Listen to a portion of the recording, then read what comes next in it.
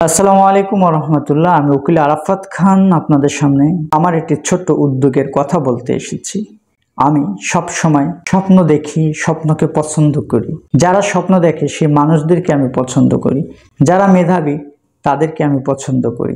এইসব মেধাবী এবং স্বপ্নপ্রবণ মানুষদের সাথে থাকতে, পরিচয় হতে, কথা বলতে, তাদের সাথে মিশতে সব সময়ই আমি খুব বেশি আগ্রহী এবং সেটার জন্য আমি অনেক কিছু করতে পারি।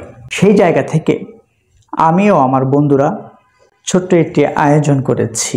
কিসের জন্য? এই যে মেধাবী, কর্মশীল, উদ্যমী, সাহসী যেসব তরুণরা আছে, এই সকল তরুণদেরকে সাপোর্ট করার জন্য যে সকল সিনিয়র মানুষরা আছে, শুধুমাত্র এই দুই শ্রেণীর মানুষদের সাথে আমি মিশতে চাই, কথা বলতে চাই, তাদের কথা শুনতে চাই, অন্যকে শোনাতে চাই।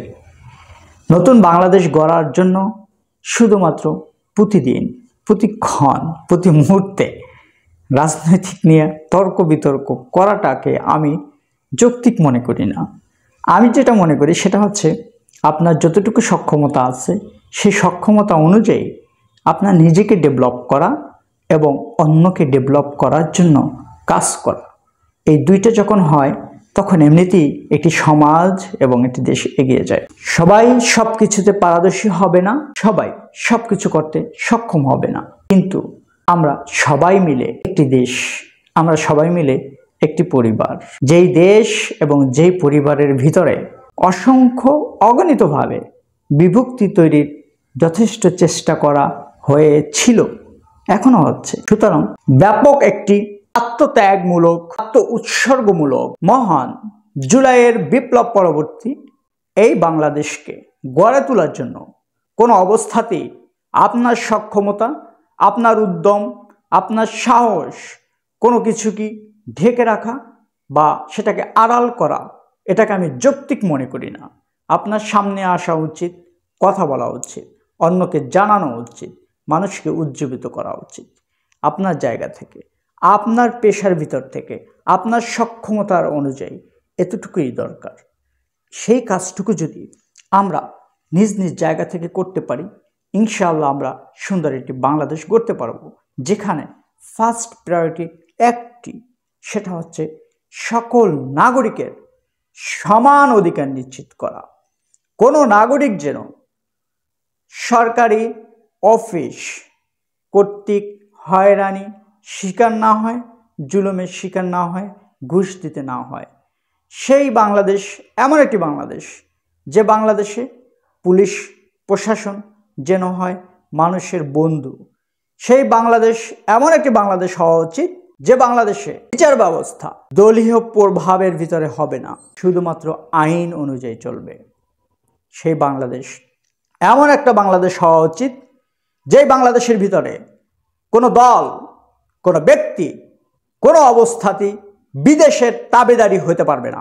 দল, মত, ধর্ম, বর্ণ নির্বিশেষে একটি মাত্র লক্ষ্য, বাংলাদেশের স্বাধীনতা, সার্বভৌমত্ব। সেই স্বাধীনতা ও সার্বভৌমত্ব রক্ষায় আপনার কাজ একটি, নিজেকে প্রতিনিয়ত ডেভেলপ করা।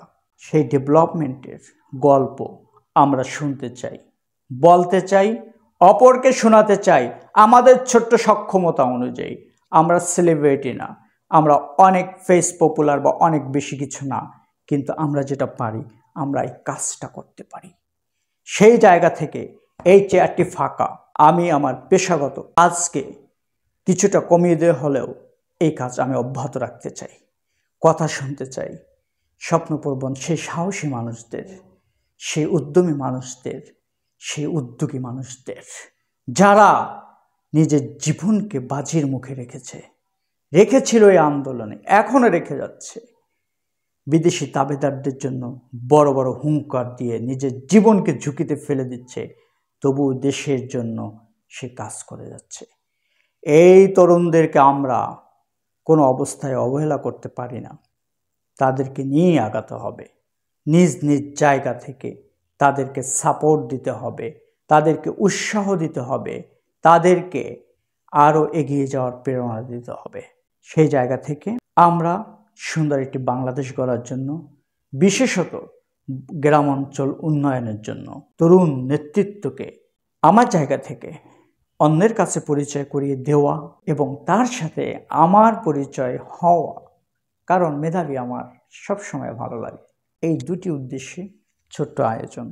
যারা কথা বলতে চান অন্যকে, আপনার স্বপ্নকে শোনাতে চান, আপনি যে পেশা যে অবস্থায় থাকেন না কেন, যে ধর্ম যে বর্ণ হন না কেন, যদি আপনার হৃদয়ে একটি মাত্র স্বপ্ন থাকে আপনি বাংলাদেশি, কোনো বিদেশি শক্তিকে এই বাংলাদেশে আপনি পূর্বী হিসাবে দেখতে চান না, এই দুইটা কন্ডিশনের ভিত্তিতে আপনাকে ওয়েলকাম। আসুন আমরা কথা বলি।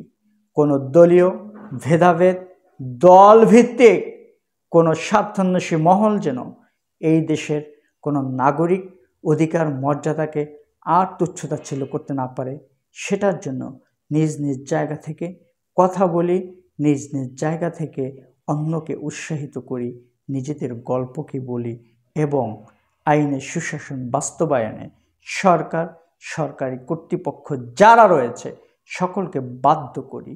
সেজন্য আসুন আমরা কথা বলি, আমাদের সুন্দর কথাগুলোকে অন্যের কাছে পৌঁছে দেই। সেই কথা বলার জন্য আপনি যদি প্রস্তুত থাকেন, আমরা রেডি হয়ে বসে আছি। আপনি শুধুমাত্র আমাদেরকে একটু জানান যে আপনি কথা বলতে চান।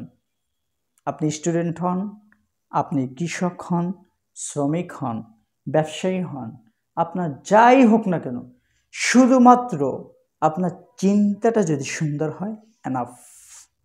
আসুন কথা বলি, নিজেদের একটি সুন্দর স্বপ্নকে বাস্তবায়নে অন্যকে উজ্জীবিত করি। সেই লক্ষ্যে আমি বসে আছি আপনার অপেক্ষায়। আপনি যদি কথা বলতে চান প্লিজ আমাকে জানান। আমার এই ছোট্ট আয়োজনে আপনাকে আমি আন্তরিকভাবে গ্রহণ করব। আপনার কথাগুলো আমি শোনার জন্য অপেক্ষায় আছি। আমাদের কথা বলাকে কেন্দ্র করে এই সুন্দর কথা যদি অন্য কোনো মানুষের শুনে উজ্জীবিত হয়, সেটা আমাদের অতিরিক্ত পাওনা। ইনশাল্লাহ সেটাও হবে। আসুন কথা বলি। ভালো থাকবেন। আসসালামু আলাইকুম।